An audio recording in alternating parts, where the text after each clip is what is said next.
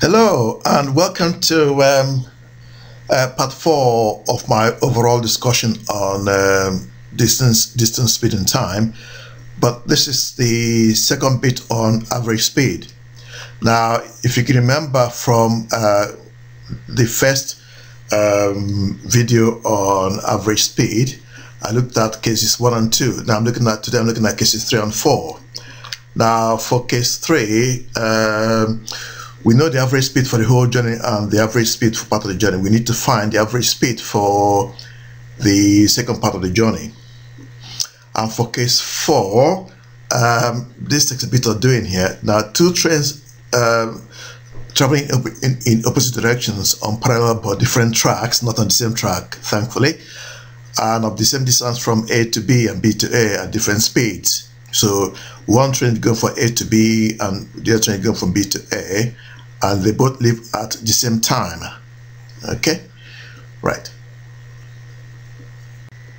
Well, hello and welcome to case 3 of 4. And as I said earlier, I had discussed cases 1 and 2 in a previous video. Now we have a bus that travels from London to Birmingham via Milton Keynes, and that's a distance of 250 kilometers. Now the average speed for the whole journey is 27 meters per second, and the average speed from London to Milton Keynes, which is the first part of the journey, is 20 meters per second. The distance from London to Milton Keynes is 80 kilometers. And we want to find the average speed for the second part of the journey, which means the average speed from Milton Keynes to Birmingham. Right, now as before, we rely very heavily on this triangle that help us to find composite measures. So in this case, looking at speed, distance, speed, and time.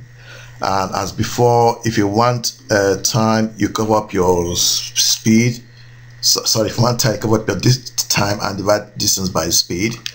And if you want speed, you cover up S and divide distance by time. And if you want distance, you multiply speed times time. Now, the time taken for the whole journey we can find by dividing distance by the speed. And the distance is 250 kilometers there, and the speed is 27 meters per second. Now note again that I've changed my distance from kilometers to meters because the speed is in meters per second. And when we do that, we find that the time from overall time from London to Birmingham is 9,259.25 seconds, which is about 2.57 hours overall. Right, now we know that the distance from London to Milton Keynes is 80,000 meters. Okay, I have to change from 80 kilometers to meters, 80,000 per second. So in effect, the time it takes to travel from London to Milton Keynes will be your distance divided by the speed, and that's 4,000 seconds. Now, having traveled 80 kilometers, now what's left from in our journey is now 170 kilometers. That will be the distance from Milton Keynes to Birmingham. Now, we want to find the time. So the overall time from London to Birmingham is 9,259.25 seconds, and the overall the time from London to Milton Keynes is 4,000 seconds. So it then means that the time from Milton Keynes to Birmingham, it will be 9259.25 minus 4,000, and the remaining distance is 170,000 meters. So if you divide distance by the time, we get speed. So the average speed for the second part of the journey will be 32.32 meters per second, which is about 116 kilometers per hour to 72 meters per hour. Sorry, 72 miles per hour. And I hope all that made sense. Right, for case 4, which is a bit more involved, we have that train F, two trains F and S travel in opposite directions on the same route but on parallel tracks. The two trains pass each other at the meeting point MP. Now train F left Houston bound for Birmingham while train S left Birmingham bound for Houston. Now both trains did not stop and both trains left at the same time. Okay, now train F was traveling at about 225 kilometers per hour, while train S, the slower train, was traveling at about 180 kilometers per hour. Now F arrived in Birmingham 30 minutes from the meeting point, MP.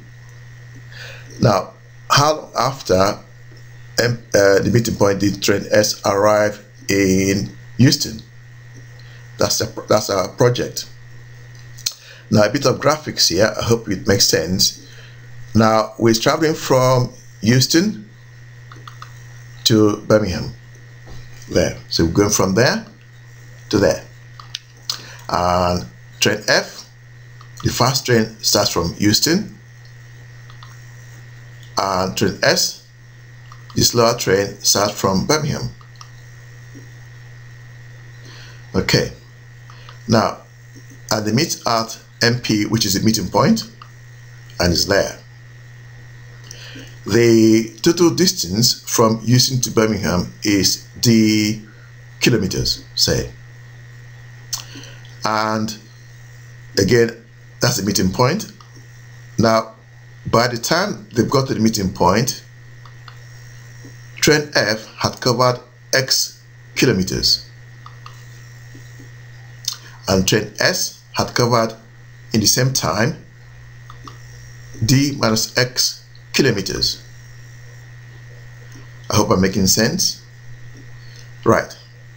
Now, from here, because they both arrive at the same time, having left at the same time, both arrive at the same time, T.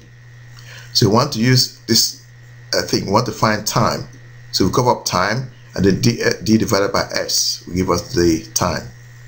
So now T would then be, for train F, would be this distance here, X, divided by the speed of train F, SF, distance divided by speed. And for the slower train, we do D minus X, which is distance from Birmingham to the meeting point, divided by the speed of the slower train, SS. Right. Now, when we cross multiply, we have that SF over SF here is equal to D minus X divided by X, because we cross multiply. Right. Now, bear this in mind, because this is very important here. Right. Now, they now move on from MP towards their respective destinations. So train F will be traveling from MP towards Birmingham, and train S will be traveling from MP towards Houston.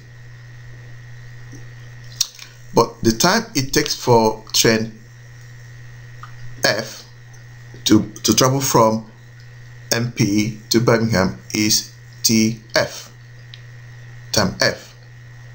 Whereas the time it takes from train S to travel from MP to Houston will be TS. So what we now got is something like this. SS, the speed for the slower train, divided by SF, the speed for the faster train, is going to be X divided by TS, because the distance here is X, because at this point after MP, the slower train will be traveling towards Houston, and the distance is X. So you divide X by the time, and then divide all that by the time to find the speed for the fast train. We do D minus X divided by TF. So that's what we got here. Okay, so X over TS divided by D minus X over TF. Now, because we're dividing with a fraction here, we need to invert our values and change the division sign to times. So now what you've got is SS over SF is equal to X over TS times, you invert that, TF over D minus X.